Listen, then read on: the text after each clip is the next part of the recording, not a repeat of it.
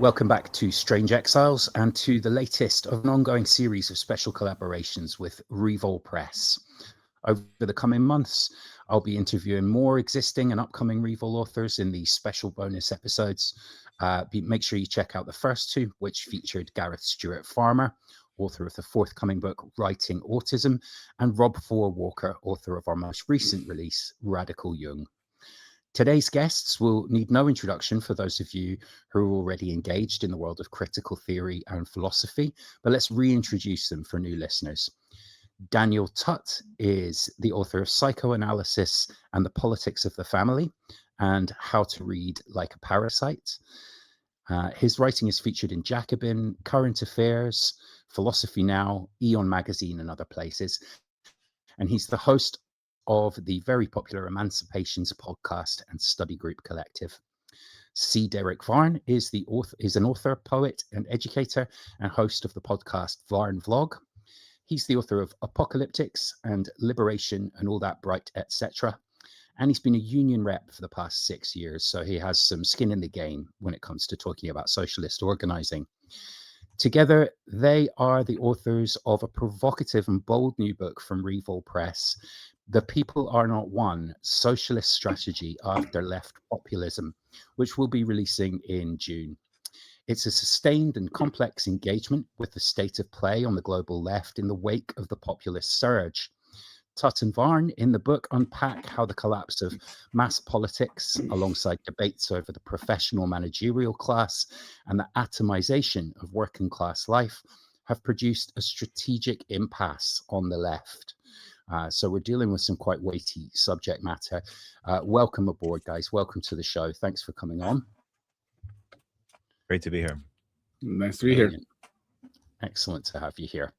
Yeah, this is good. This is like an exchange of ideas between three podcasts and one publisher. So it's quite a good venue, I think, for kicking some of these ideas about. I really enjoyed the book as well. I'm working on the manuscript as we speak, getting it ready for publication. And I really enjoyed the thrusts of the argument here. As always, when reading stuff by you guys, I learned a lot too. So I'm looking forward to unpacking some of this. So I wonder if we could kind of start with populism. Your book seeks to address the question of why populist movements emerge and what the left should do about this. So I wonder if we could start by thinking about what are the greatest threats or obstacles that populism poses to the reemergence of a coherent left-wing movement. Yeah. You want to take that one on, Derick? Sure. Yeah, I can start with that. Kick it off. So the dangers of populism are kind of subtle. And the three big ones that we focus in on is one, a tendency towards what we might call Bonapartism to deal with the conflicting interest in the class base of a populist movement. Two, a flattening of differences between classes and within classes. So there is a flattening of distinctions between say the petit bourgeois and blue collar contract labor and blue collar proletarian labor and white collar labor, and they're all kind of treated the same. Furthermore, there's not really any dealing with logistical realities, and indeed that's part of why we think it developed, to be completely honest. And by logistical realities, I mean that the sections of the working class are not in the developed world, are no longer in areas that are easily organized along Fordist or Keynesian lines. That formal employment is been chipped away. We might pick up what Alex Hochul calls the peripheralization of the core has been part of this, and it's a long process. So what you've seen is a return to 19th century conditions of labor without the 19th century conditions of production. And what I mean by that is piecemeal labor, contract labor, informal employment, semi-formal employment, trying to treat people who aren't petty bourgeois as if they are. That's actually pretty historically normal for capitalism. That the odd period out is the period from the 1920s to the 1960s, where you do have a lot more formal employment, particularly in the developed world. And it also means that certain kinds of concentrations of workers that you could easily build a an electoral political subject out of, aren't concentrated in the same way. Populism seems to answer that by ignoring it and calling for just a mass engagement at a very superficial level. And lastly, I think one of the particular dangers of it, as recognized by Stuart Hall, in the 70s, is that because of the fractured nature of its politics, it's not just that you get a Bonapartist politics and that you get a single executive leader.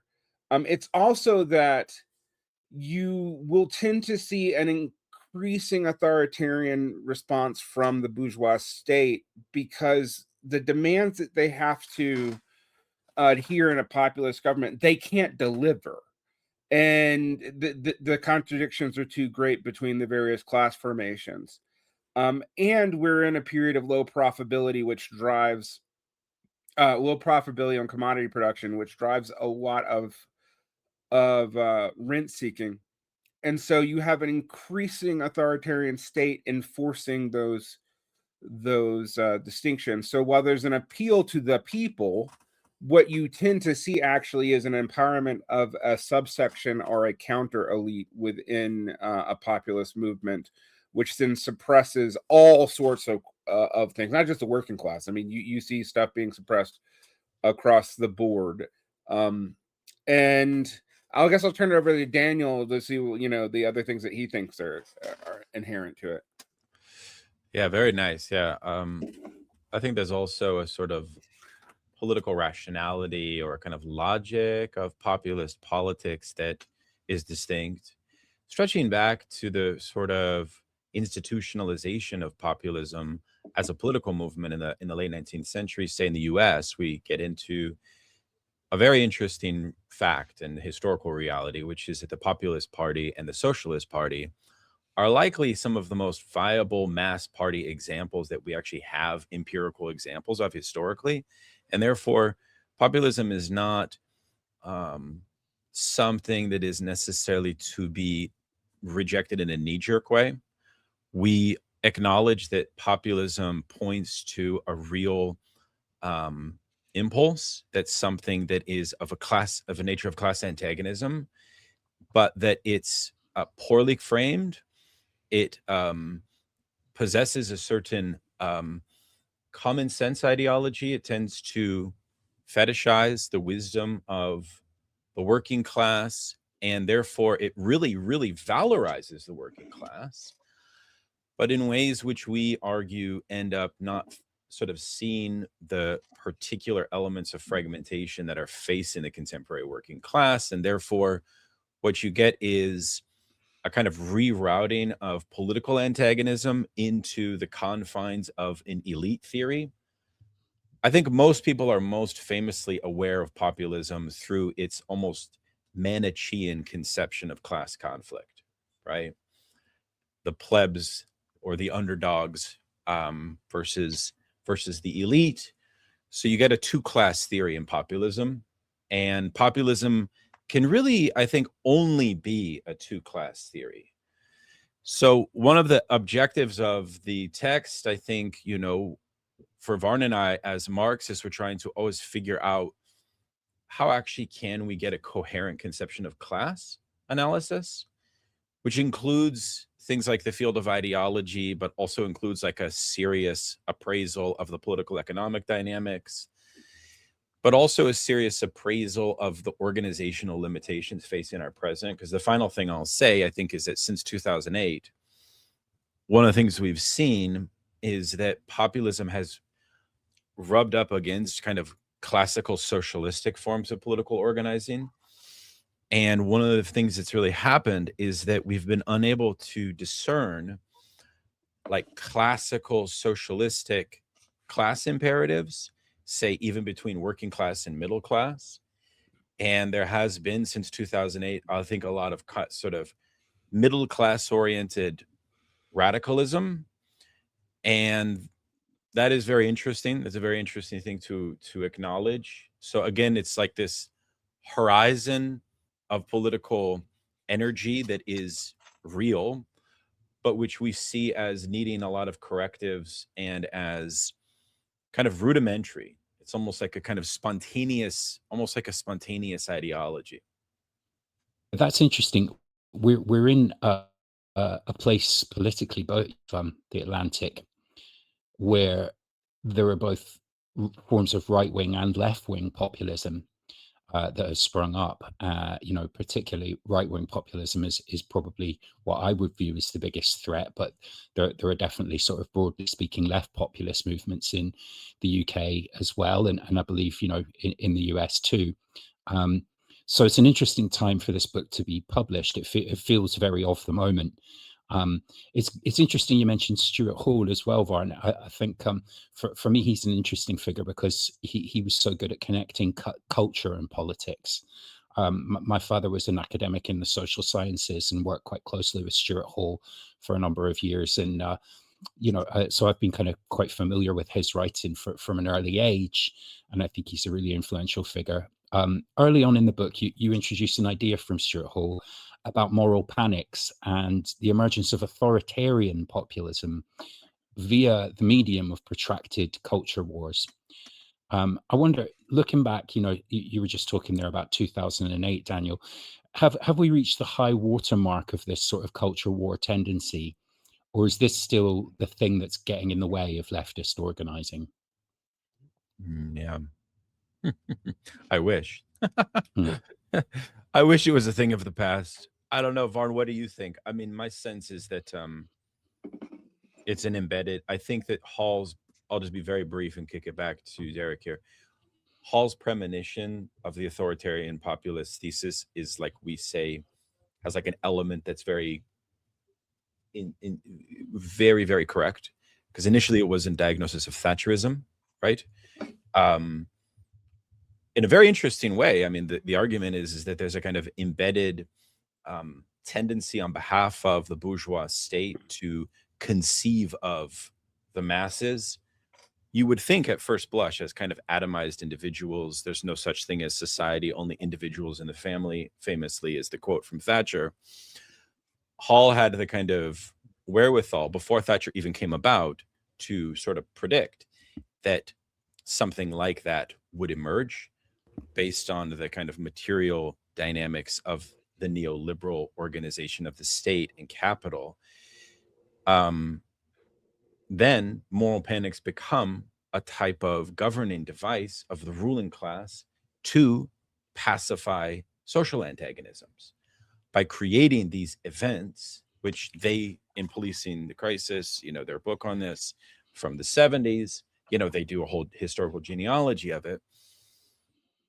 I don't know. We find that to be a very apt indication of like what we call the populist horizon, the sense that populism kind of feels like an inevitability for the ruling class. But that also shows, Derick, I think also its limitations, because it shows in a sense that the populist moment is already, perhaps we could say, co-opted in a certain way. But I'd actually be very curious to see what you think on that. Yeah, I mean, I think a lot about the moral panics part of this and the identity parts of this. I mean, identity as a substitute for other kinds of political subjects is ubiquitous on in politics right now. I would say, at least in the English speaking world and in the Spanish speaking world. I can't speak for continental Europe exactly, but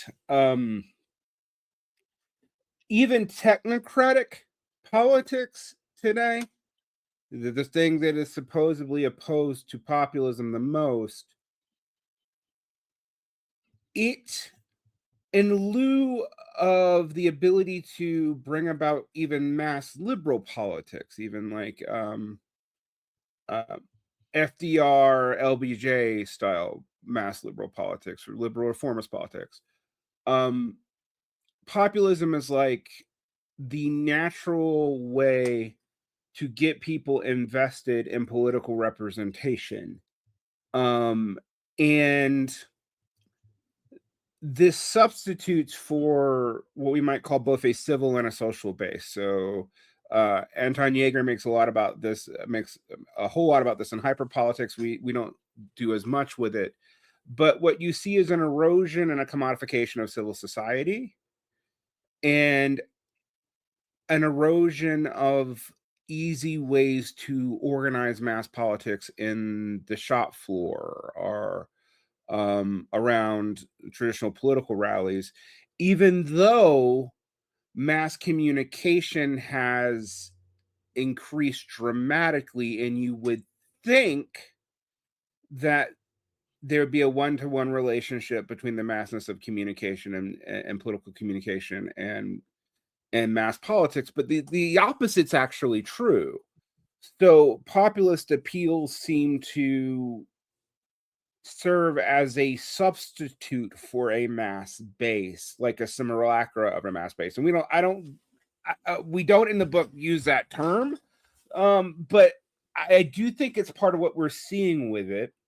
The other thing that it does, and I think Daniel might have a lot more to say about this, one of the reasons what the focus on identity might be subtle in the future is we have contended that a lot of these populists do not treat working class identity as something separate from other identities. That even when they're arguing that it has a special and privileged place, like Vivek Chibber, the view of working classness is static and sociological, which also means that what you have is a lot of acting in front of or acting for or valorizing things for the working class, but not empowering them at all in those decisions and in those policies. It is effectively still, despite its rhetoric, a managerial ideology that needs identity formation and cultural panics to justify the fact that empowerment downstream is not coming across. And this is not just like amongst workers. You see this in even the identity categories that are supposedly cared about. During the Obama administration and like the height of representative Black politics in America, leading up into the two Black Lives Matter periods, you actually saw no real movement in wealth or income inequality for Black people either.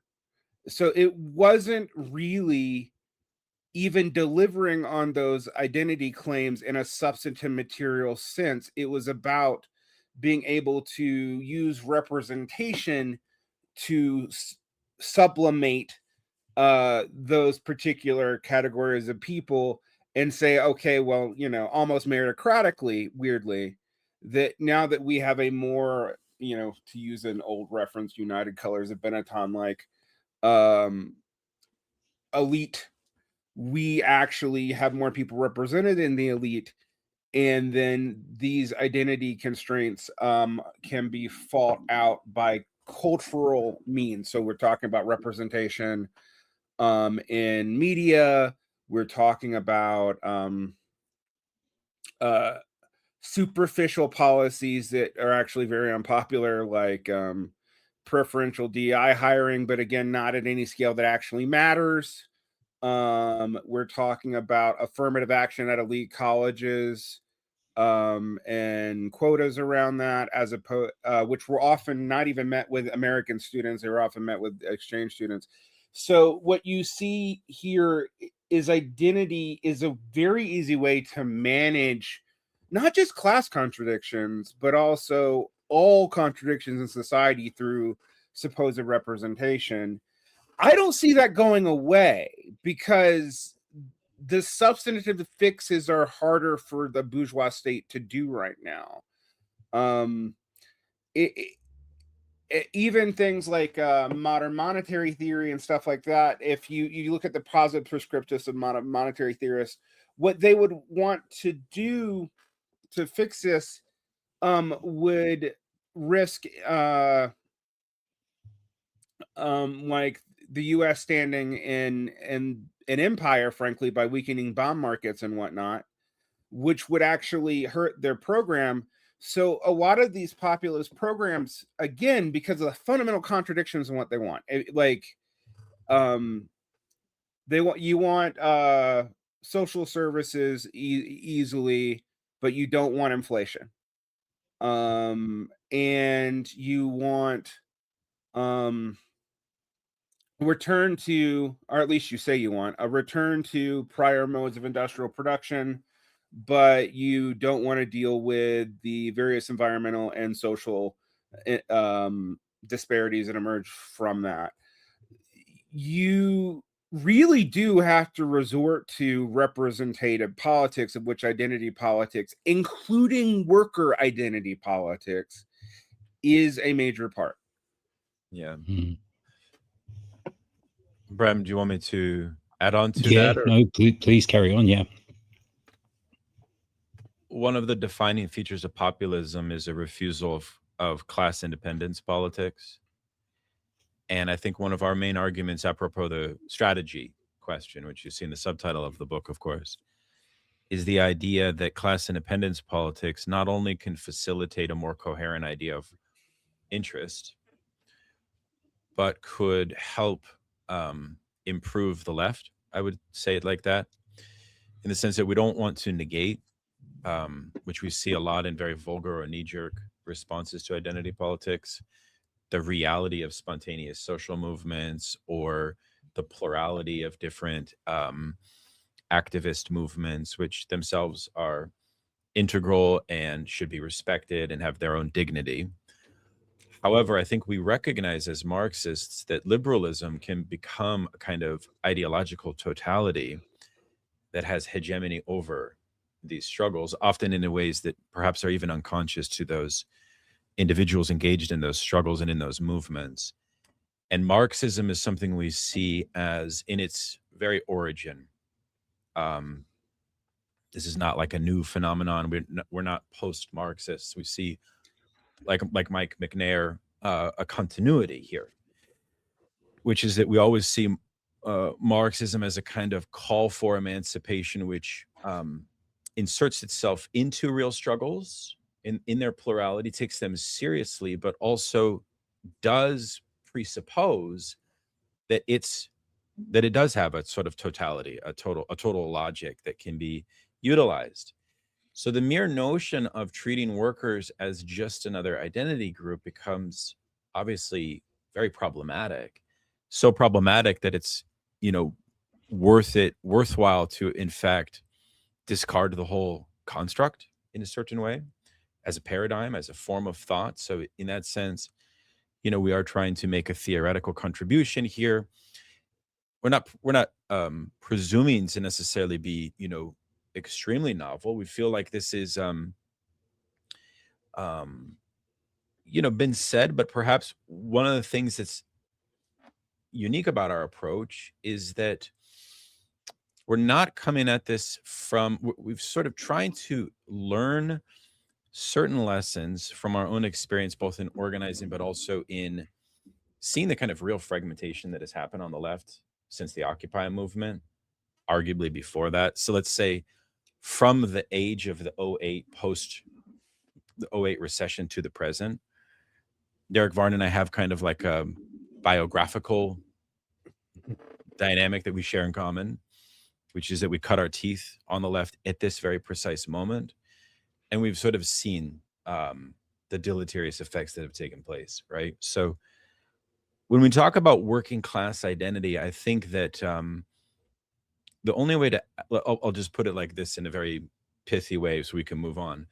Perhaps the only way to truly challenge this liberal model of reducing workers in this way, which is very problematic, would be to ask a prior question about how to construct institutions that are in the name of class independence, so that workers can begin to engage not only in labor union struggles, but like also civil society forms of organizing and agitation and education and so on, that would allow for not only like the working class, but also the left, also these social movements, to learn from the working class, right? And I think in that process, perhaps this whole identitarian framework could be transformed, right? But again, there's a way to transform that, and there's a way to, in a reactionary way, keep it as an antagonistic bloc that seems to only sow a kind of negative friction with the left, which I think is the last thing that Derick and I want to do. I hope that you understand the subtlety with that. You know, this is not easy to achieve, and I don't think that we have yet achieved it, obviously. But this is sort of like at the nexus of the, perhaps you could say, one of the intentions of the book. Yeah, that's interesting, and I think it is significant that strategy is in the title. You know, if we could kind of reduce it to its simplest proposal, it might be that the return to class first politics is necessary, but it's not just a critique of populism in a reactionary way, like you're saying. It's also, in some level, a sort of a quest for a version of authentic socialism. And you look at various kind of moments in history to attempt to drive us towards this. What historical period or political movement that you could reference has kind of come close to an authentic socialist vision since the end of the Cold War and the end of the USSR? Are there any that you think have come close? Oh boy. I've read too much Adorno to use this word authenticity, but I'll let Derick start. Let's see what he says about that. Yeah, I was about to say the authenticity word is that word, even before I was very into Adorno, has always been a reach for my revolver word. But to talk a little bit about maybe like, you know, the period, I mean, post the Cold War to now is both a weirdly long period and not that long of a period. I mean, it's 2 generations at this point, but also it's within my lifetime. It's within Daniel's lifetime. Have there been anything that's come close? I mean, I would like to say the initial striving towards a more I'm going to say workerist, because I actually don't think it's working class politics, but a more working class rhetoric was sincere in the Corbyn and Bernie movements in the English speaking world, and in what we saw in France Unbowed and Podemos, Syriza. The reason, however, that I'm hesitant to say that any of these are socialist is that these movements were inherently class collaborationist, and the reasons why are complicated. Daniel really focuses kind of on the ideological justifications of it, and not just merely in an idea sense, but also where these ideologies are sustained, what psychic functions that they might actually fulfill. And I really look at the material basis of the situation. And part of the problem is that I cannot think of a socialist movement post the Cold War that is not downstream of progressivism in not just the English speaking world. I can't think of one in continental Europe either. And part of that has to do with the coalitional nature of how a lot of these groups actually gained temporary power and then immediately lost it because there was no real way for them to move forward under what they promised. We went back and forth a little bit. Maybe this is a little bit of the tea. And it wasn't so much a disagreement. We just couldn't figure out how much we wanted to go into it, about like whether or not things like New Democracy and the Popular Front, which aren't populism exactly, they're not.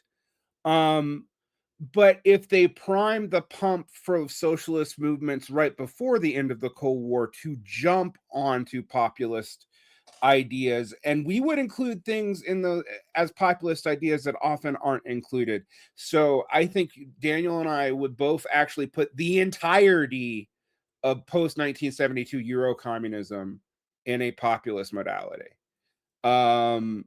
We would also talk about things like the Yellow Vest and the street movements that had real socialist like potential. I might even include elements of early BLM in there as well, but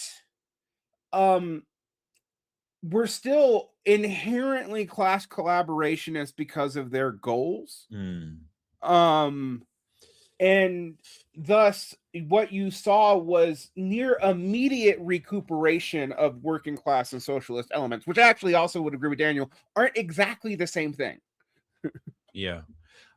Let me get at this a slightly different way. You know, we're talking about historical analogs in a very recent period of time. You could also ask the question, what about pre, and I think the answer to that would be, pre-Cold War, namely. The answer to that would be the Debsian Socialist Party in the US, which we present in the book as not a authentic model. We recognize its errors. We recognize its limitations. Just quickly, one of them, in an interesting way, was that Debs was so thoroughly Leninist that a lot of Debs's relationship to the trade union movement, for example, he couldn't find a way to collaborate or to cooperate with them due to their conservatism, for example. But in other ways, the Debsian party gives us like a very dynamic palette from which contemporary socialism might be able to rejuvenate class independent politics, namely in that it was a third party. It did have a distinct line of operation from the two bourgeois parties, which is something that is rarely put on the table today by the radical left and by socialist movements and groups. And that I think Derick and I may disagree to some extent, or maybe we agree on the higher goal of this. Incidentally, one of the figures, a cultural historian by the name of Christopher Lasch, was very important to us and to the book. We perform a kind of imminent critique of his politics in the book. In 1968, he and Barbara Ehrenreich, who incidentally is, of course, the founder of the PMC concept, tried to start and rejuvenate the Socialist Party in a Debsian mode, right? That failed. So part of the question that we ask is, what are the limitations to the reconstruction of such a party, right? So this is something that we're tethering with. I think that would get the closest to an ideal. But let me just say, finally, I'm open to this idea of historical analogs. One of my mentors, Alain Badiou, the French philosopher, always says that the best historical analog to facing the realities of our present is the period in time in Europe before 1848 revolutions, when the workers' movement was a very inchoate, fragmented phenomenon. And I feel that there's a lot of truth to that. So another question then, therefore, would be, how much are we still determined by the 20th century? Or how much has those forms of politics and the particular sectarianism that comes with it, how much have they saturated? And this is a real question for me, which is also it's both a materialist and an ideological question, right? Like, so is it really sensible to still maintain that, there's a kind of neo-Stalinist specter that has this sort of coherent, mechanics as it did, which, a lot of people on the left still maintain these kinds of ideas. So there does need to be a confrontation with the 20th century, but we can even go back, perhaps even before.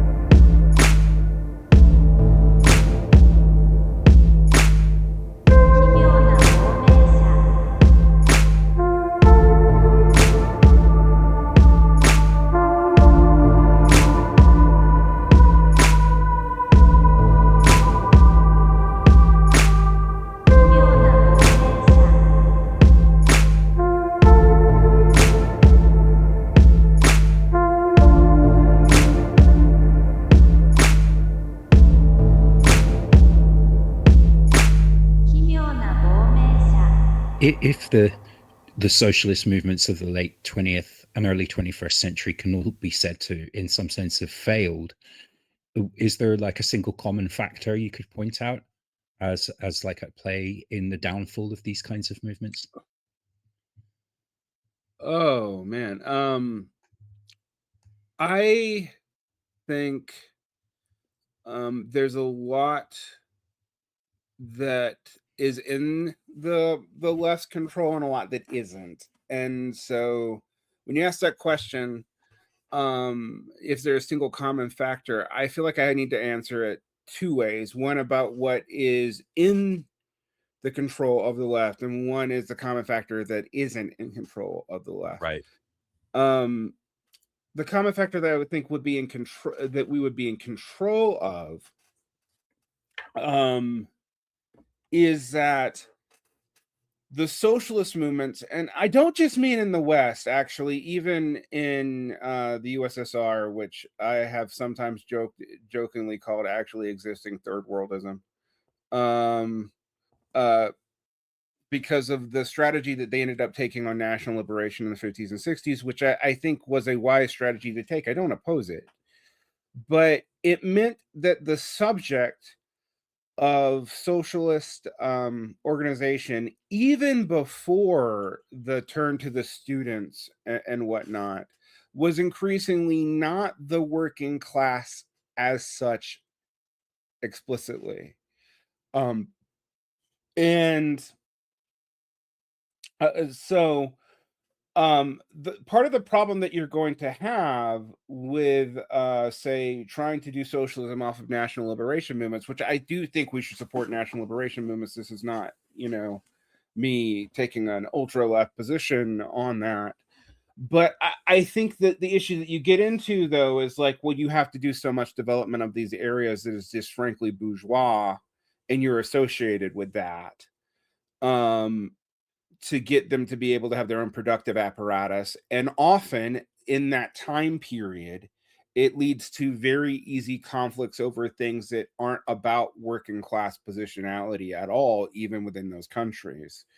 In the West, what we could control was the constantly looking for a new political subject or trying to astroturf one, frankly. Because even when we did the turn back to the factories, in the 70s, it was not, hey, we're going to recruit the best working class socialists to come in and lead these organizations. It's, we're going to get a bunch of students to give up their careers and go try to salt into factories, which of course did not go that well because they stood out immediately as being from outside of the class. And by the time they did integrate into class habitus and whatever else, it was 10-15 years.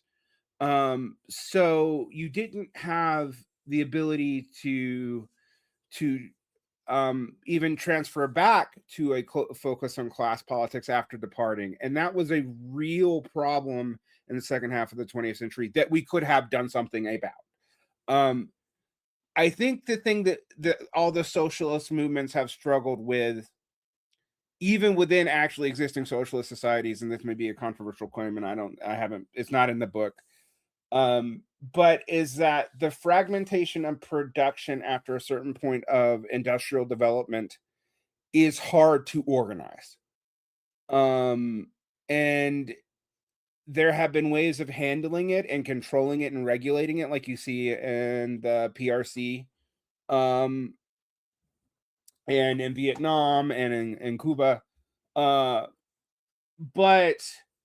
there has not been a way to get out of the tensions of that fragmentation and the tensions needed around having to have certain amounts of like technocratic people in your government.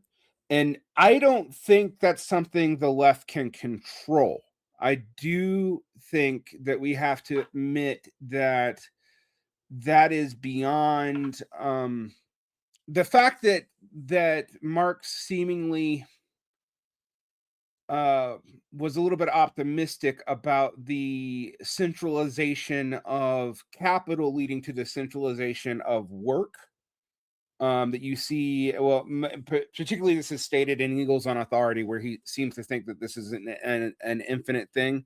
Whereas in the 1960s, as soon as you start hitting a profitability crisis in Fordism, what you actually see is the centralization of capital and the centralization of the command of capital. They get more and more concentrated. But work actually becomes deliberately more and more diffuse. So you have franchisization, you have busting up into, you have automation and fixed capital, pushing down the need for labor by reducing socially necessary labor time. And this means that the easy access to the working class through mass industrial unions just doesn't exist in the same way. When we talk about the decline of unions, we often talk about it purely in ideological or propaganda terms, but you just also have to look at the amount of the economy that it's in services or franchise, which is historically super hard to organize, so much so that, like, in classical socialism, particularly in debates in the Second International, figuring out what service workers even were, whether or not they were lumpen or not, was a key part of the debate because they were hard to organize. I would just say a couple of things. I mean, the one elephant in the room, of course, is war. The First World War ended the Debsian experiment, tragically so. And of course, Kautsky has a tragic moment with the whole war credits debacle in World War I. And so this is something that we would classify in Derick's framework there as out of our control, of course. At the same time, one of the things we recognize, I think, is that ideologically, there is in our tradition a sense of a kind of continuity where it's not this schizophrenic kind of Nietzschean universe where there's these constant breaks, where we have a constant forgetting, right? But I think on the contrary, one of the interesting things to ask would be, well, how might a socialist tradition historicize itself in this way, despite the fact that we have faced profound setbacks? We still pull from and draw from a tradition. What is that tradition? What does it look like? And how do we connect with it is a big essential element of reconstituting Marxist and socialist politics in the 21st century. Moreover, one of the problems that I think we have with a lot of what we call post-Marxism, and I don't mean that as a total pejorative. I don't want to come across as sort of fully discarding post-Marxism, because it's responding to real issues and real things which we can talk about. But let's take the multitude theory of the proletariat put forward by Hart and Negri. One could say, I think, that perhaps the way that this concept is pitched is so ensconced or so bound up with certain hegemonic status quo liberal popular frontist entanglements that you do fall into a kind of forgetting of yourself, of your tradition, in a sense. So class independent politics also helps develop good theory, a good sense of history, a good sense of agency. It's a little bit more than just this kind of schizophrenic capitalist politics, because I think one of the big things that we argue, building off of Engels, of course, is that bourgeois politics is a chaotic and irrational form of politics. It feeds off of division, right?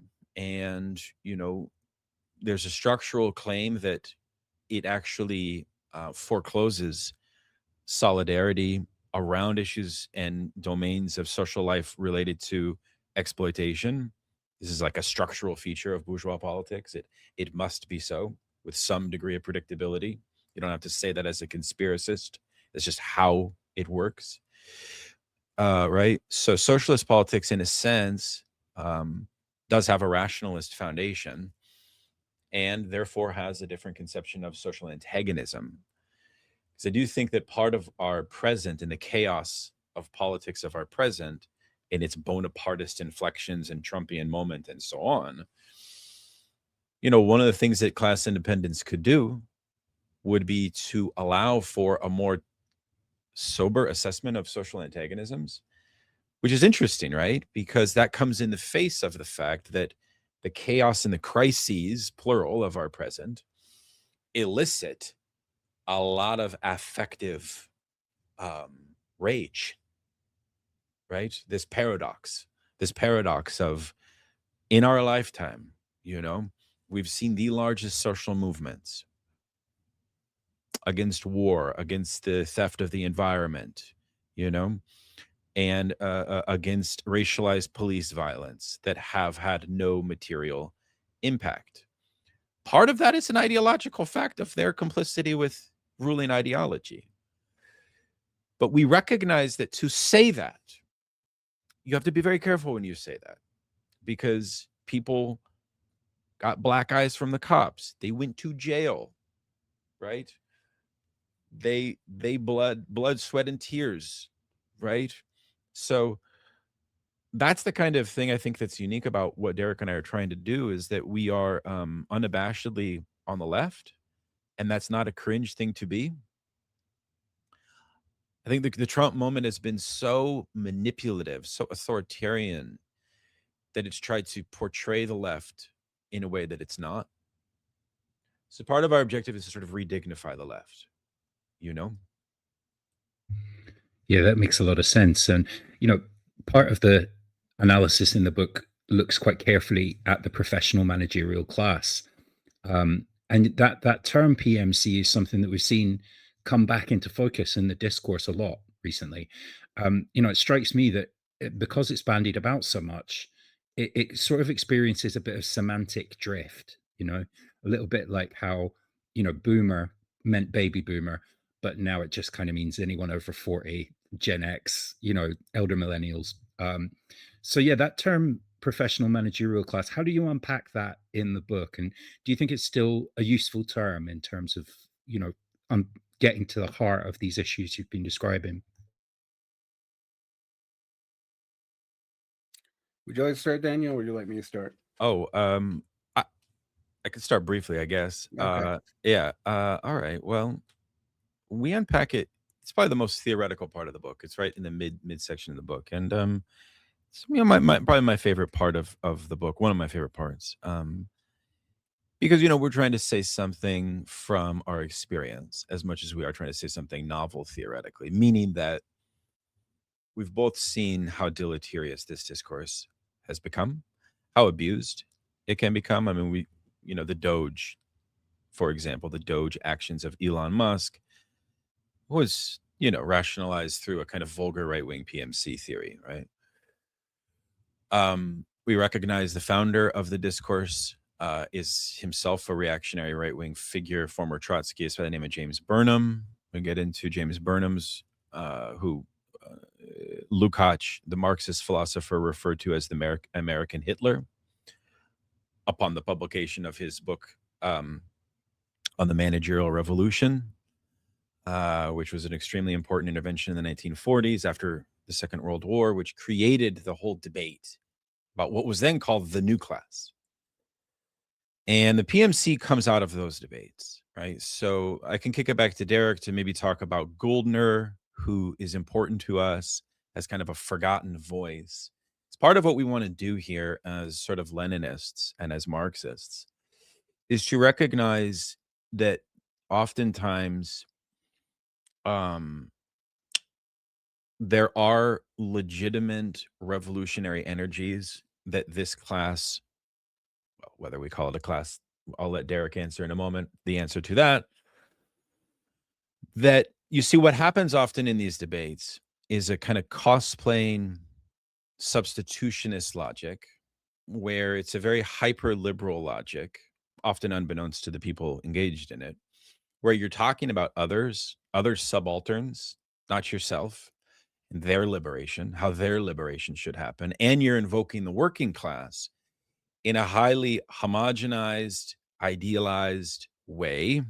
as if the working class are kind of pristine, angelic figures, right? Who need saving, but who don't have agency themselves.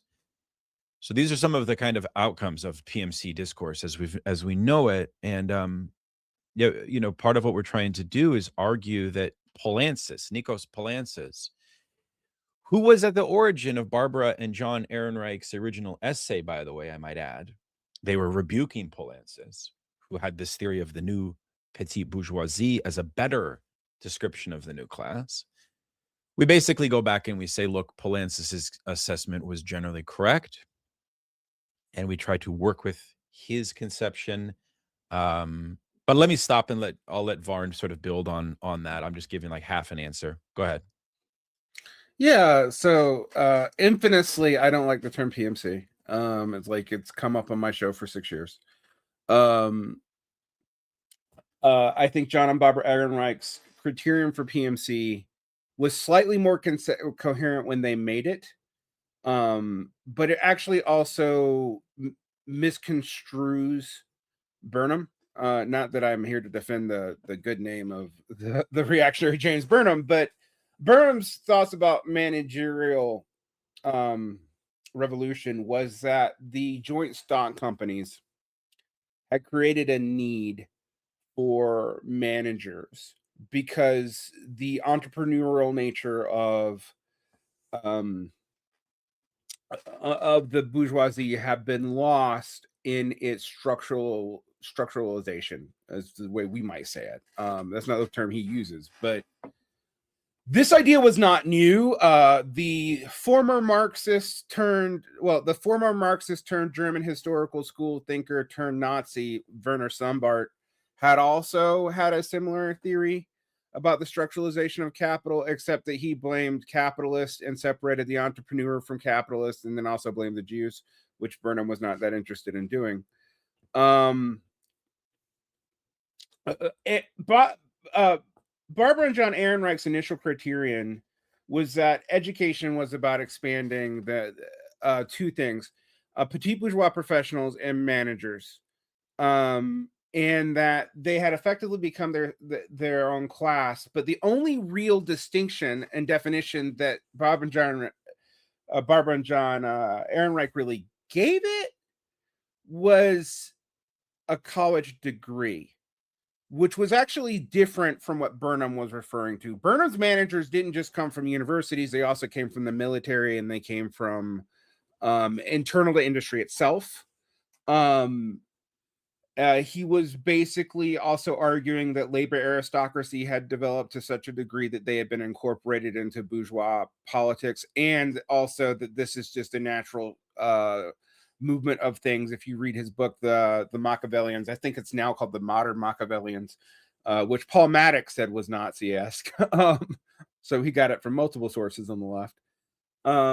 They basically argued that if you can't beat the managerial revolution, you join them and you just empower the military to be where the managers come from. When John and Barbara Ehrenreich were writing their book, it is actually more true that most of the people going into universities were going into management. It was still less than 20%, even after the GI Bill, of the American population that was going into universities at the time. And there was really a pathway straight into white collar managerial positions by doing it.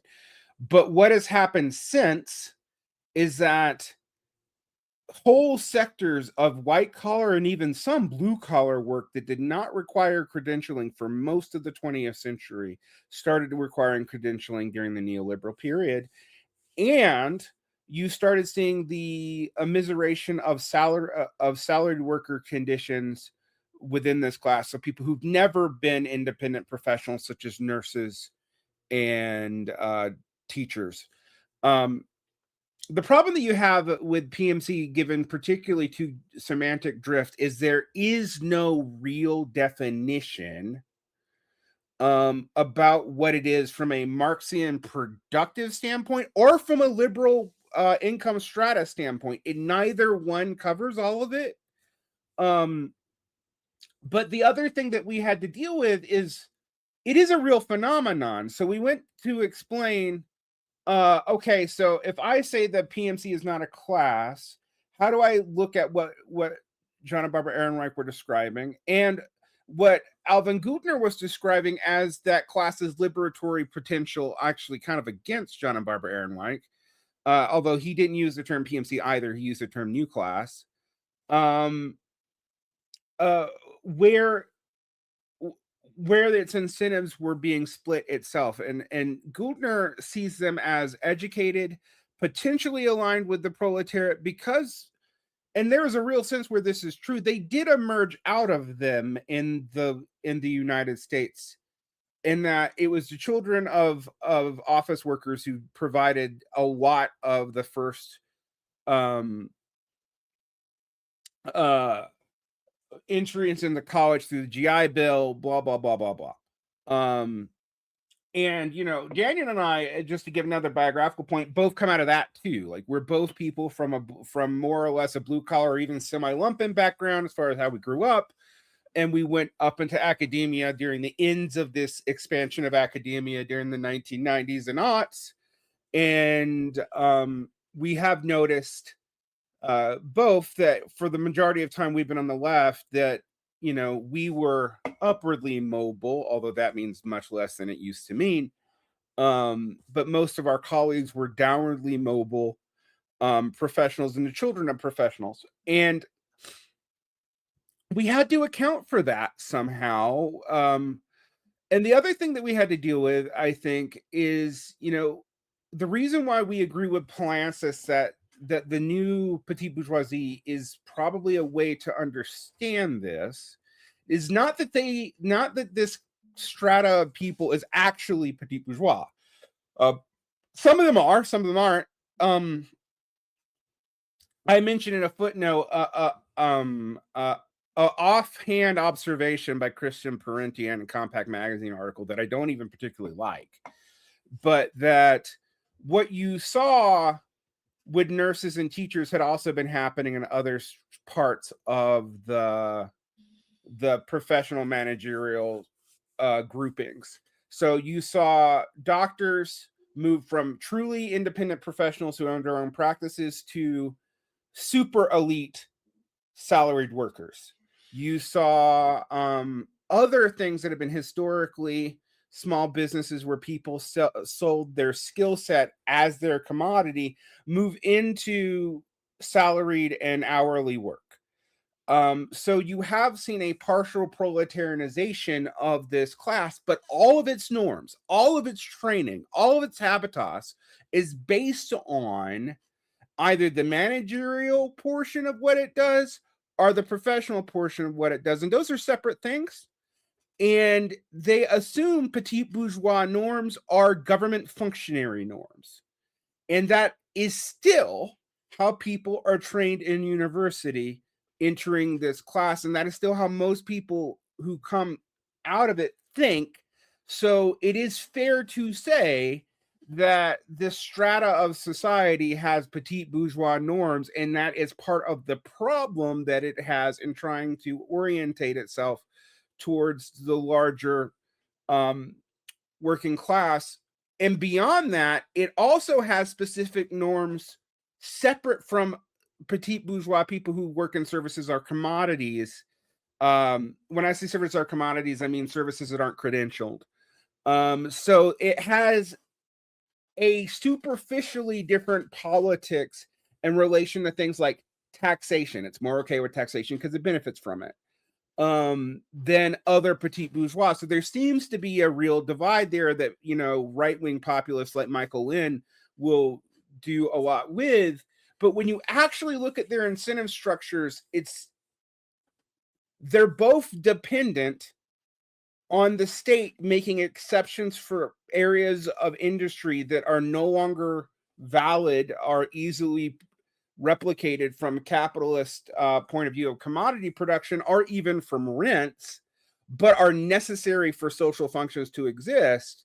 So they both have kind of needs that require high levels of government intervention, but the petite bourgeoisie is also at odds with itself profoundly because of the difference between commodity and professional work. And I'll turn it back to Daniel. Yeah, I mean, I'm sure we can move on from this question. There's so much. We could do a whole episode on just the PMC problem. Part of it is that the logic in which we call the PMC a coherent, homogeneous class is born from a certain structural requirement of surplus as having been generated from production, which in the financialized neoliberal period of capitalism, there's an argument that the middle strata no longer has this unique, stabilized position, which would then afford them to be the arbiters of something we haven't mentioned, which is essential, of the superstructure of culture, of the propagation of cultural institutions, and therefore of the kind of making consistent the overall worldview of that. And here we run into a kind of interesting dynamic where a lot of alienation amongst this class that takes place because there's a presupposition, often because of bourgeois politics and its anarchy that it likes to, I don't mean anarchy in the anarchist tradition, I mean just pure chaos. This is precisely what it desires, right? Which is they benefit from the false idea that from within this class, like Derick said, some of whom are proletarianized, some of whom are petty bourgeois, and so on, there's something like a coherent ideological project when there's not. And in fact that there's not should be something that's seen by socialists as a great advantage, right? Otherwise, how could class consciousness reasonably, or the project of constructing class independent institutions, in fact, function? So you see it functions on a kind of limited, one-dimensional, what you might call transitive theory of ideology, in which if I am inducted into an elite institution, I somehow then am rubber stamped as ideologically in conformity with that. That is not accurate, right? That misses the internal rifts and contradictions. So it's a multiplicity of strata that are not all downwardly mobile. For example, I mean, the irony is that a lot of folks say that, well, the PMC is downwardly mobile and they produce this kind of infantile politics. You see this from Musa Al-Gharbi's We've Never Been Woke, and Catherine Liu and Vivek Chibber, and many of the general Jacobin orientation. But in the case of someone like Derick and I, we're working class. In a technical sense, we're both upwardly mobile working class. So does that give us a certain advantage? Perhaps, in fact, it does, you see. So that just shows the level of complexity at work here, and the necessity to not blanket this class reality, given also the fact that, the Bolsheviks relied upon a vanguard of professionals and intellectuals. And this gets into what we call the merger thesis debate, which we can introduce perhaps later. I don't know how you found that whole conversation, Bram, but I think it's kind of related, in fact, because if we don't resolve these contradictions, in terms of class theory and how we ideologically construe it, it will harm the socialist movement. It has to be, in fact, wrestled with in a certain way. So that I would say that's kind of our main objective there. Yeah, that's really interesting. I mean, I'd say this is where the book really succeeded for me. Was it has a very nuanced treatment of its arguments about the PMC, about identitarianism. Maybe let's cover a couple more of the kind of key concepts in the book. Let's start with merger theory, if you can kind of explain what significance that has in the argument. Yeah, Derick, you can kick it off on that. All right. So the merger thesis is the thesis of the Second International, that we know that socialists actually come from a lot of the more skilled areas of society, so intellectua and petit bourgeoisie. That was historically true for the Bolsheviks. It was historically true for the Mensheviks. It was historically true for the SPD.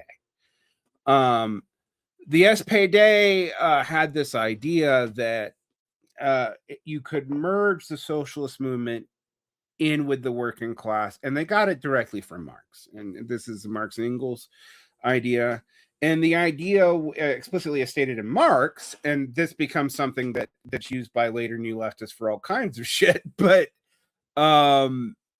is that the advanced area sections of the proletariat, and that word advanced is used in a lot of different ways after 1960, but which for Marx meant literally the most technically skilled elements of the proletariat, would lead the movement by joining with Socialist to set up the beginnings of a socialist movement and socialist party. Unfortunately for us, a lot of this is in letters and was only really articulated cleanly by people like Koski and Korsch. And again, often from partial knowledges of what Marx actually thought, because even someone who was as close to Marx as Koski, well, Koski was really more close to Engels, but still as close to the core too as Kotsky, did not have access to all the writings. They were not all public, et cetera, et cetera. So this was often seen as the Second International way of handling things. The idea was that initially the party would be a project of a lot of these professionals, in so much that they would carry on the educational mission of socialism. I mean, there's Daniel and I even interviewed an author of a book on this part of socialist theory that is often negated, which that a whole lot of what you see in the Second and even the early Third International is deliberately pedagogical. It is not like it's theoretical, but it is theory as done for a teaching purpose to get the working class involved. The merger thesis, however, often gets confused as the socialist namby-pamby academics come in and tell the working class what to do. And frankly, a lot of people do actually both critically and not use it that way.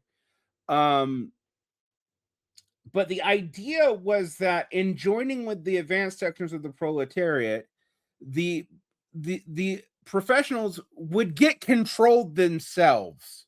Like they would be subordinated into proletarianization, both in their actual political positions and in their social civil production status. Like they would throw their lot in with the workers deliberately and subordinate their needs to the workers and intervene to only guide it towards socialist means that they thought were already inherent to the class itself.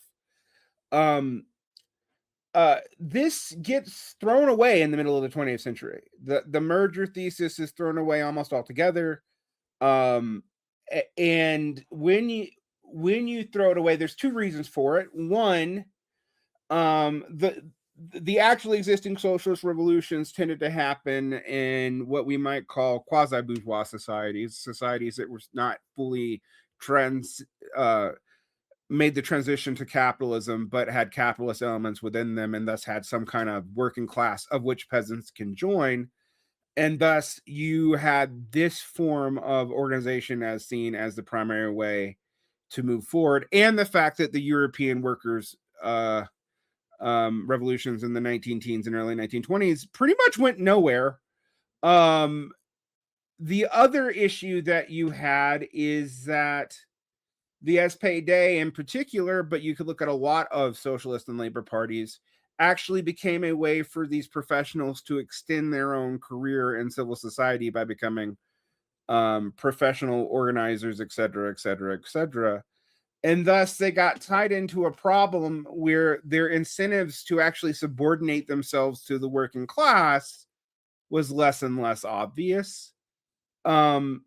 And so we have been talking about returning to that. We're not the only people. There's a whole neo-Kautskyist movement, starting with Mike Metnier moving forward, who pushed this. Lars Lees was a proponent of it, obviously. The issue that we have with some of that, if I'm being frank, is we think it's closest to correct, but often still treats the working class as a relatively static, homogenous entity, of which it is simple to join by just appealing to like working class politics. And I think, and I'm speaking for myself here, I'm not speaking with Daniel alone. He can respond and whether or not he agrees with this. A lot of the focus on the PMC as an enemy is a way to not deal with the fragmentation of the sectors of the working class itself, because that is a harder problem to deal with than than complaining about a bunch of college educated pseudo revolutionaries.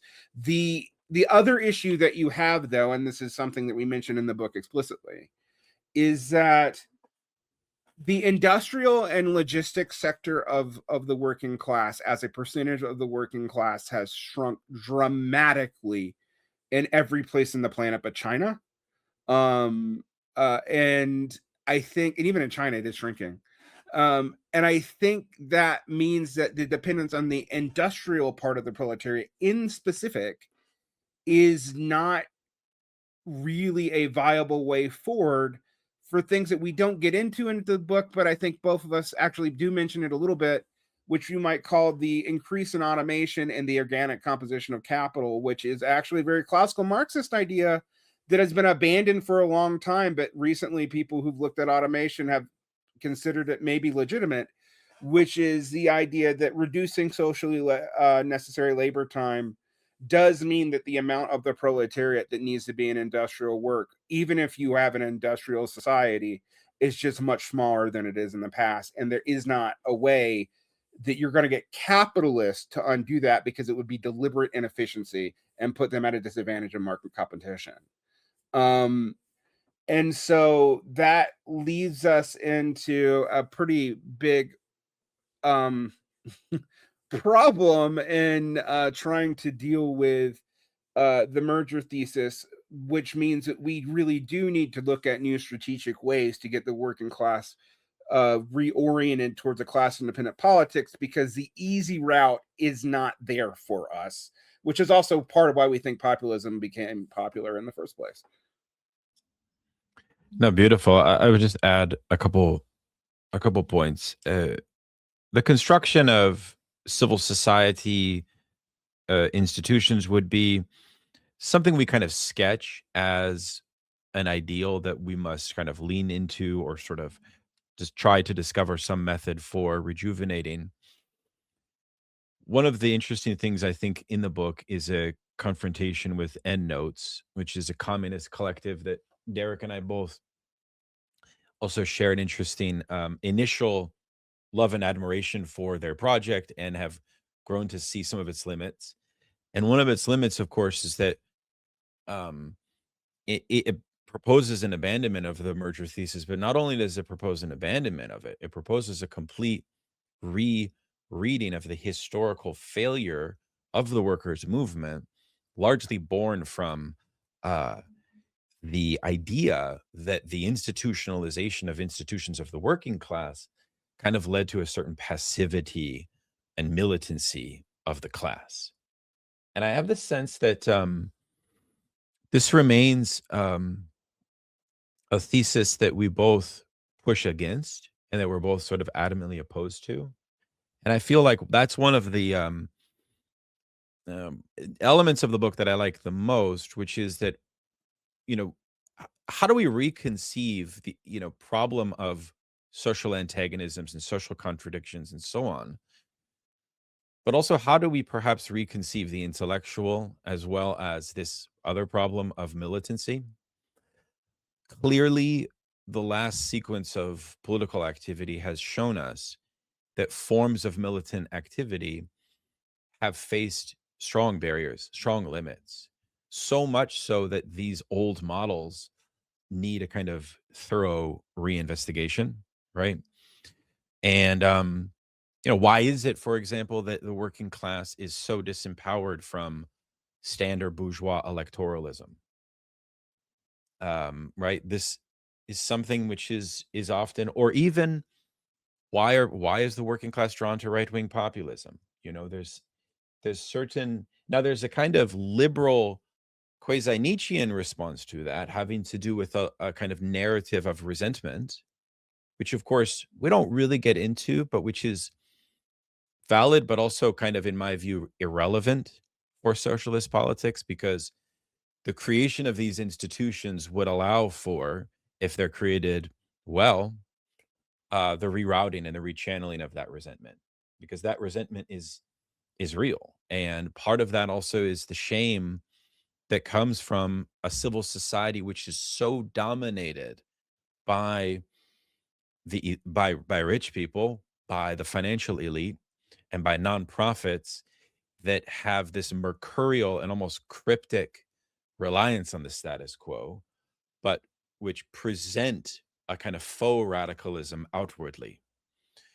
So the question would be, how do you create institutions which allow for the channeling of the righteous rage that workers have at their condition, but in such a way where we don't fall into this cycle of co-optation? I think this is the heart of the merger thesis. And the final thing I would say, that I think we're both open to a Gramscian conception of the intellectual, which would collapse this division between mental and manual labor, right? Or at least try to create opportunities for this division to be seriously challenged, right? From within class independent institutions, right? So, that can take a lot of different forms, and we only sketch some basic ideas in that regard.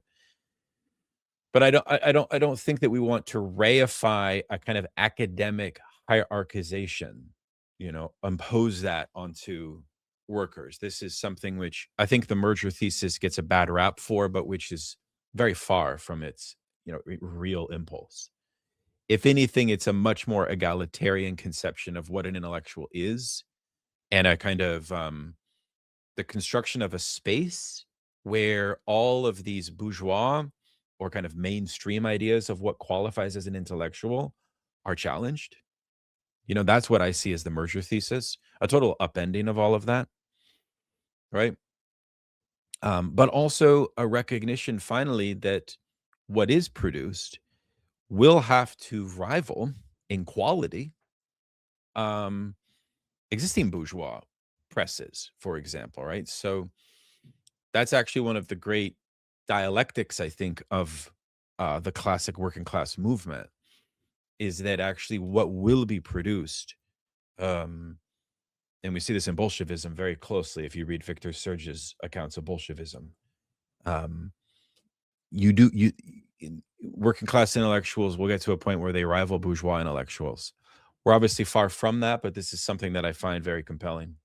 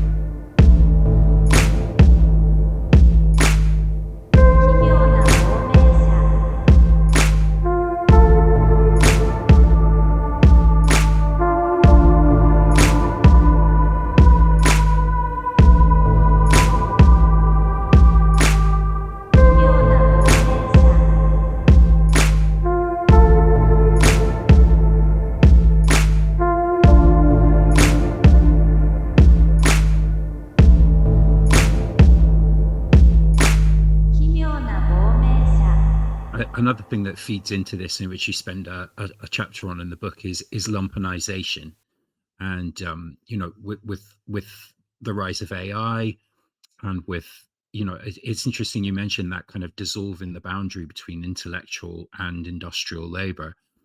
How does lumpenization play into the challenges we'll be facing with that kind of thing?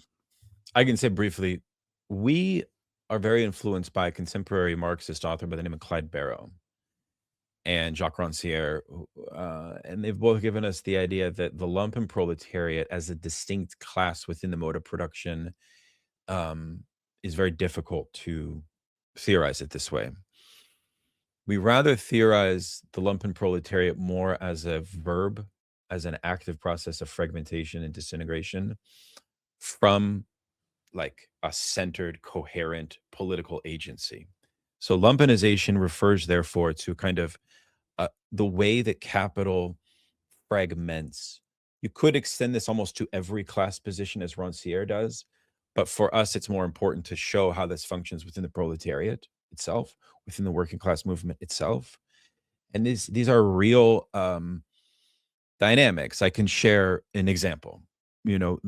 It's very common for working class people, at least say in the United States, to experience a cousin who's on welfare and a mother who has to, work a wage labor job.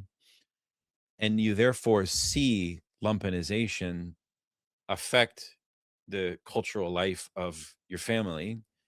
And that experience, right, forges a certain reliance on the state. That's another big thing, is that the lumpen proletariat, or lumpenization, now has a direct nexus of state reliance in the kind of withered welfare state elements that are still present in neoliberalism, even though they're very austerity driven and quite eviscerated. Moreover, the Democratic Party in the United States and many progressive parties in Europe and the West have a kind of condescending reliance on a definition of the working class, which effectively is the lumpen proletariat in a way, because they rely on on the passivity of the lumpen proletariat. And there's distinct ideological things that come from that passivity. For example, lumpenized populations will have a tendency to not, at the electoral level, to not vote in the interests of labor, right? So again, you can take this at a micro or a macro level, and you can see that the working class has an internal schism, which is often imposed upon it by the ruling class and by the forces of capital, that intensify this kind of conflict, okay? This is a long-standing conflict. Marx and Engels writes the most interesting stuff about it, where he thinks that you can locate an element of the lumpen proletariat that will be copacetic and will be cooperative with working class interests, and you can identify a part that will not be. Again, we're not so sure that the lumpen proletariat is best theorized in this way, but we sort of think about it more as, I don't know, Derick, how you would call it, like an acute form of atomization that's happening to the working class. And here we lean on empirical studies from working class studies in academia, like working class ethnographies, anthropologies, things like that.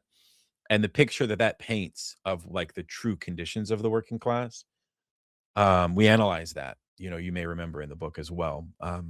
But I'll stop and let Varn elaborate as well.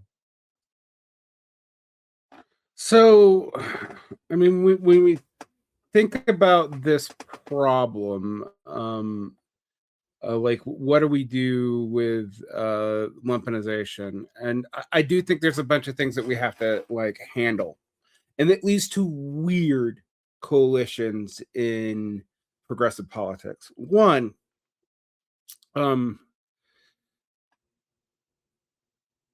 neoliberalism is not what a lot of people portray it as, which is just laissez-faire economics brought back. It's never really been that. But from the standpoint of the proletariat, it looks that way. And let's talk about what it does. In creating a bunch of market mechanisms for areas that are hard to marketize in traditional bourgeois economies,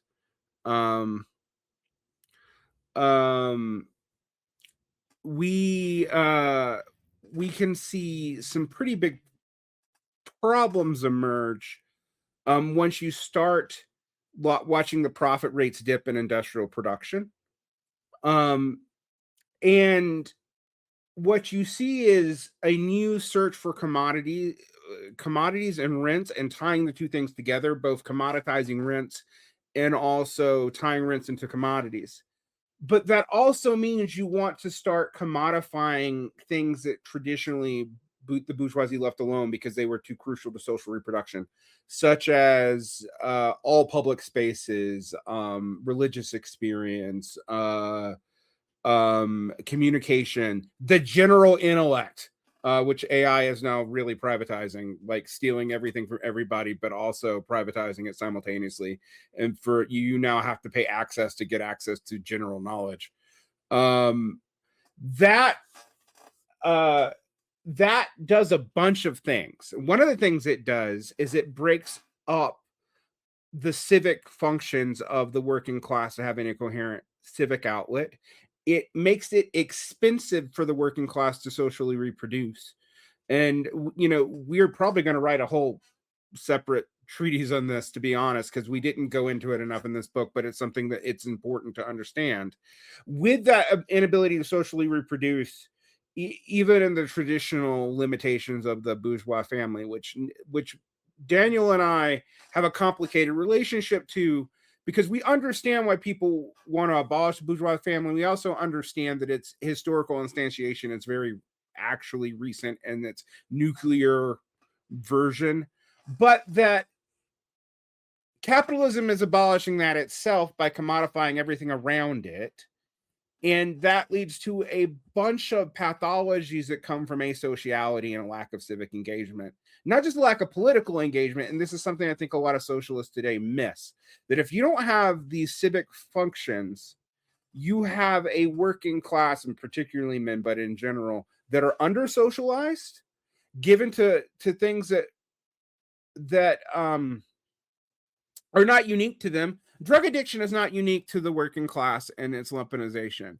However, the access to the things that you would have to do to get out of drug addiction safely is commoditized.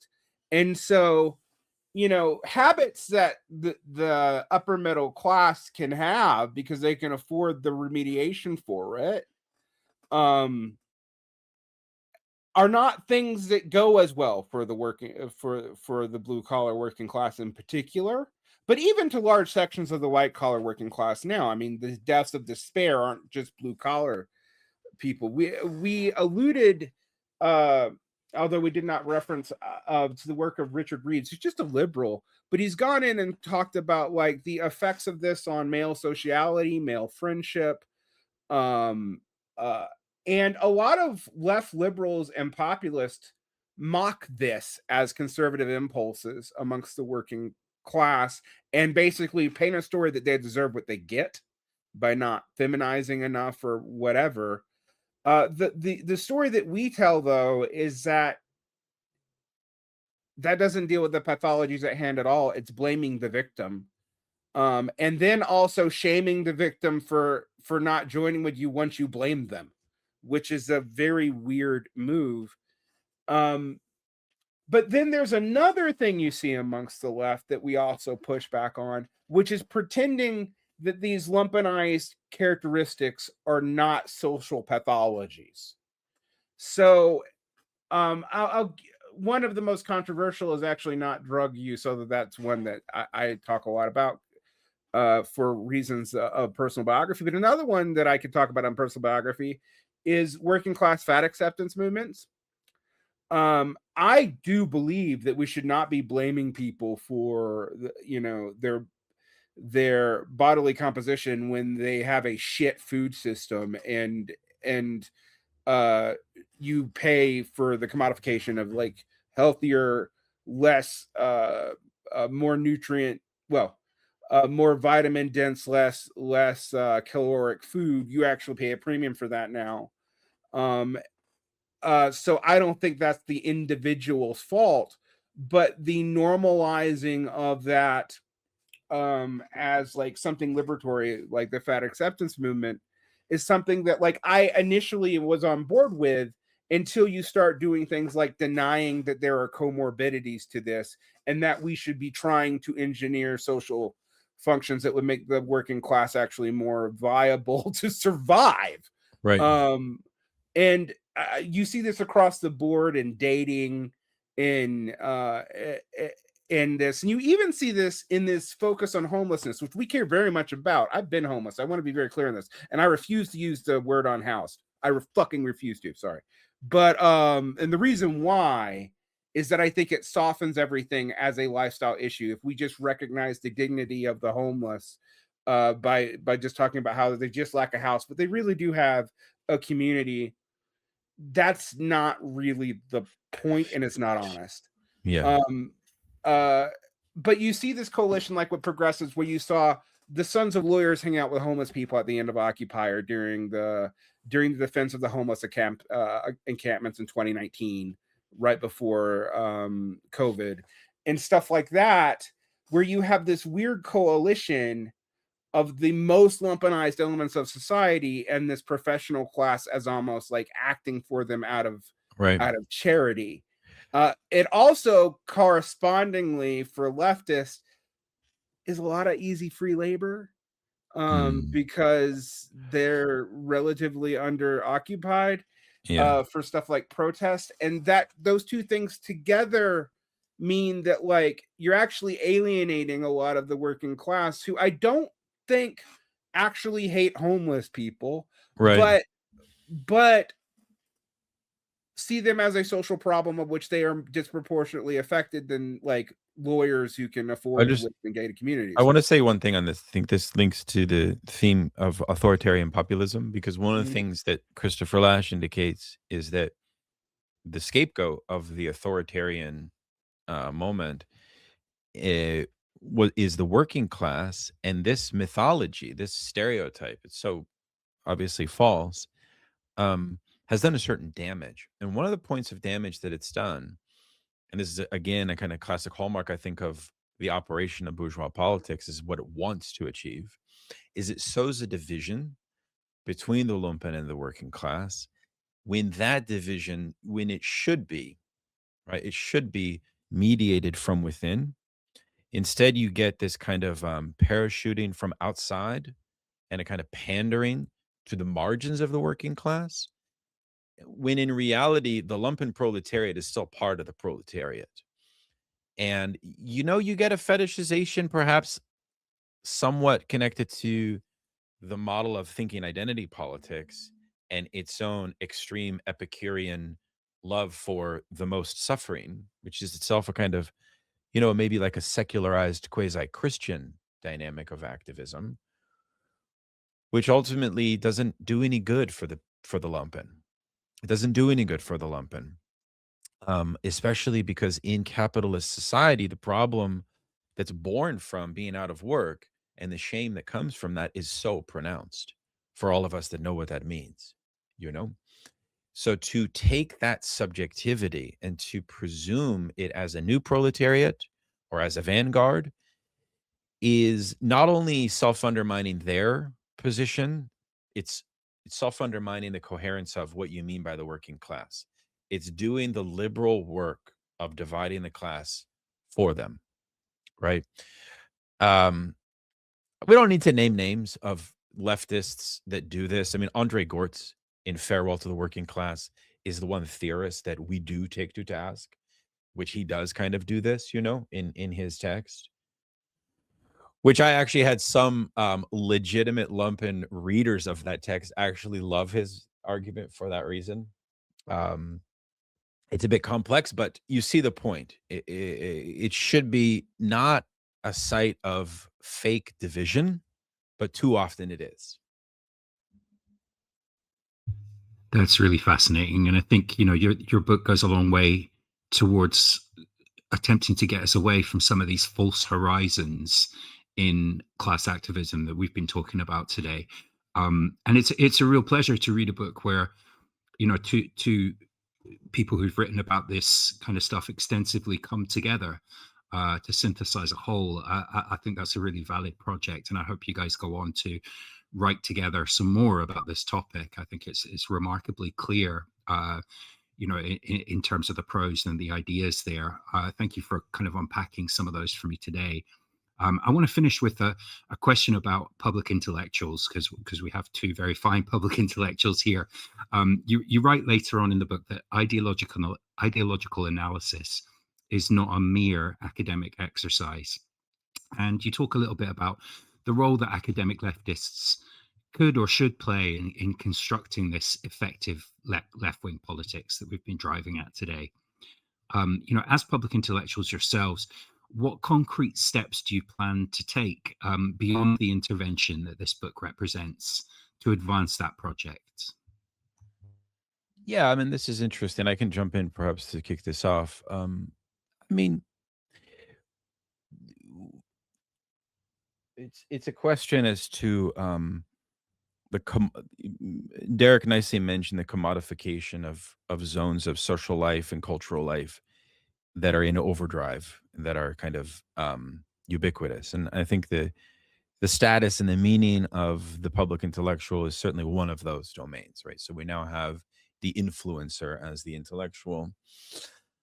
We both have YouTube channels where we do interviews with prominent authors, but we both insist not on advertising. We have a kind of, I think, a certain ethic to not fall sway to the commodified version of what that could look like, and to the cheapening of our ideas. While at the same time, we have a commitment to speaking and communicating in ways that exceed academic jargon, which we both, I think, recognize as a rite of passage, if you want to think about it that way, whereby there's a kind of misnomer for academic leftists, whereby when you start out, you kind of can't get out of the maze of these words and these conceptual universes that you're trying to grasp at and trying to understand. I think a true public intellectual is one who's gone through that maze and has gone through that passage and come out the other side and is capable of having some sensible articulation of these ideas. Ideally, that articulation would have a type of practical resonance. I think apropos ideology, one of the concepts that we work with is from Goran Terborn and his notion of class ideologies. He has this idea of every class ideology also has its alter ideology. And he seems to think a very nice strategy for construing of class demands or the coherence of working class interest is to, in fact, locate your alter ideology.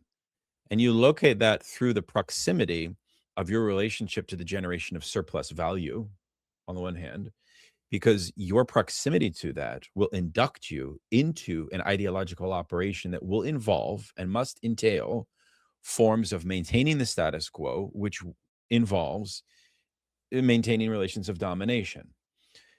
So you see, oftentimes, a lot of left-wing academics don't have the class nose or sensibility to see their proximity to things like that. And once you see political processes through a class lens, those dynamics begin to open up, and some of the contradictions of liberal ideology also become apparent. Because I do think that, in the end of the book, we have this idea that we get from Mike Davis, the great Marxist historian, of course, where he confesses at the end of Prisoners of the American Dream, his history on the working class in America, that he's not sure that a working class movement can overcome the hegemony of liberal ideology. And we are of the view that, a re-theorized merger thesis, which would entail the construction of institutions for class independence, as well as the construction of a new conception of the intellectual, right? That model is something that's available to us, that it could be created. That would mean that workers must have the nose to think ideologically. Lenin said this himself. Lenin said every worker should have the wherewithal to have the knowledge of the interest of every class in their heterogeneity, not just your own class, every class. That is the ABCs of working class education, as I would see it, which you don't need an academic intellectual to give you that. Much of that is empirically gained. But at the same time, we have a canon, we have a tradition, we encourage, we argue at one point that a lot of these existing institutions are pregnant with forms that could be very rich for developing future socialistic working class institutions, such as the ecosystem of para-academic opportunities, which, if you look at it, there's many, and they're in abundance, and the quality that are often very high of these institutions, right? Even though they're under-resourced, right? So that's the thing, is you can languish in bourgeois NGOs that have an abundance of resources funded by the financial elite and have a kind of moribund, terrible product at the end of the day, because everything is serving that interest. Why is it that working class efforts with a fraction of the resources will tend to produce things of a different quality? I would insist upon that. And in insisting on that, I'm not somehow fetishizing workers as having some great knowledge. No, it's a reflection of the truth of the social real of antagonism they're capable of locating, which bourgeois institutions have no interest in locating. So I think in that way, we want to give people a way to think about these things ideologically. And I hope the text is a modest effort in that direction.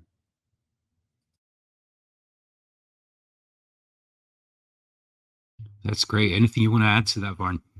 Yeah, when it comes to, organic intellectuals, I do think we have to both revive but also highly recontextualize and criticize the tradition of dual power, which unfortunately in the modern sense tends to end up being mostly about mutual aid, which tends to devolve pretty quickly into a really inefficient form of charity, which is never what it's supposed to be about. The way that you build worker homogeneity, homogeneity, I actually don't give a shit about homogeneity, worker hegemony, is to deal with the fact that the working class is not homogeneous, there we go, and that intellectuals should not be solely dependent on NGO style institutions, which also lock them into certain patronage funds, et cetera, et cetera.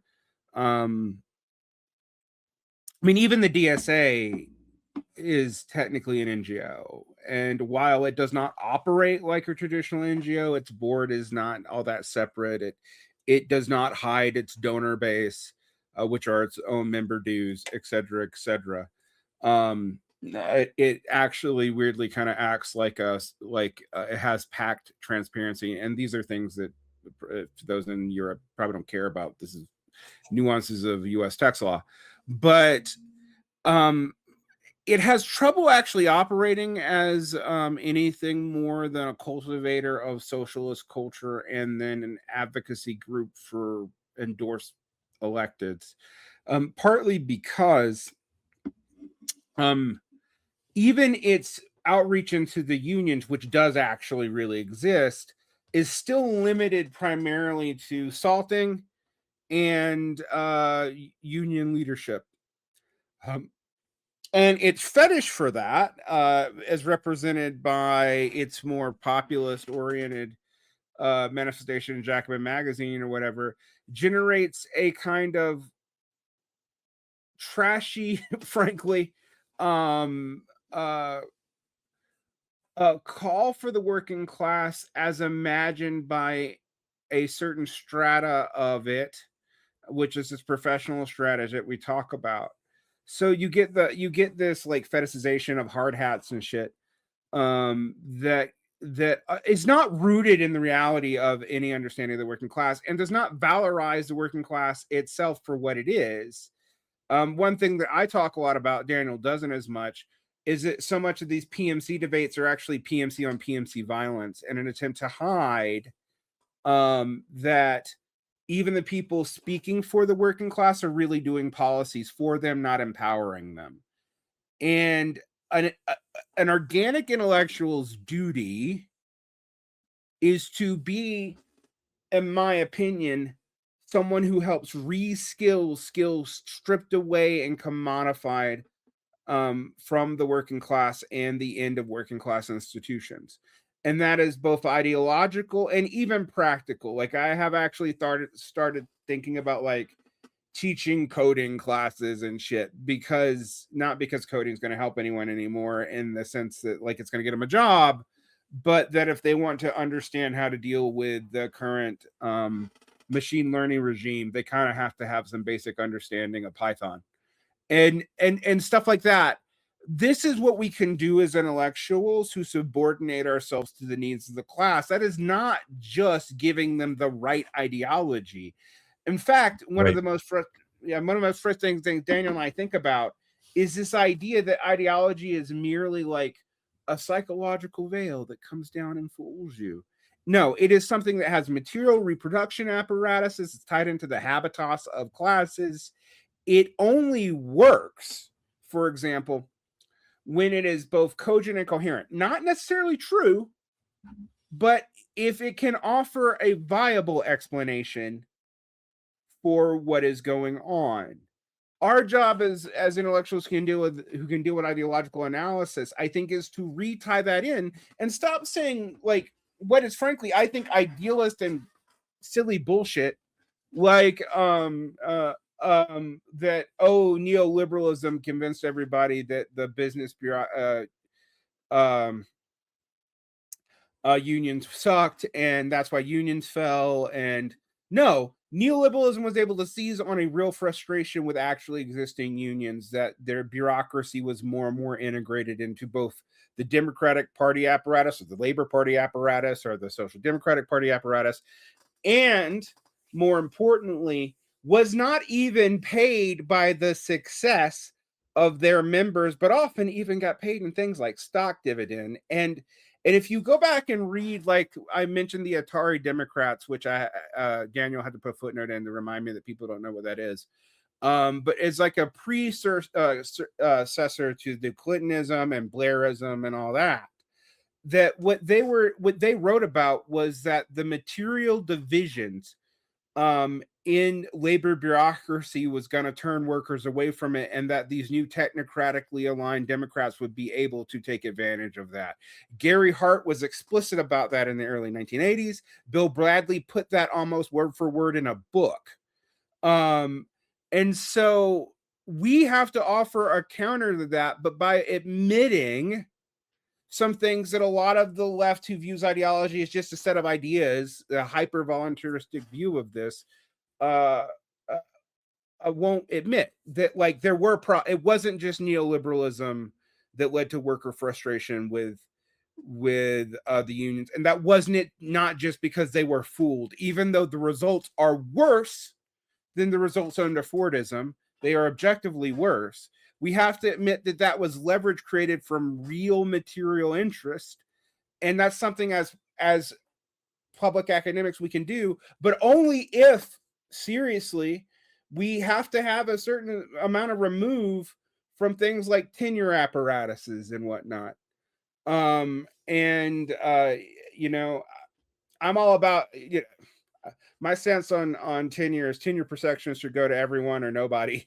But like, I really think about this, and I also think about this in the media. We write a little bit about it in the book, that the media incentives for building personalities and all this are actually terrible for subordinating yourself to the working class, because it doesn't lead to a clear branding identity. Right. But it's also a form of bourgeois atomization, right? So yeah, it's a system of atomization that's different than the lumpenized atomization facing the proletariat, but still it's two atomizations hitting each other.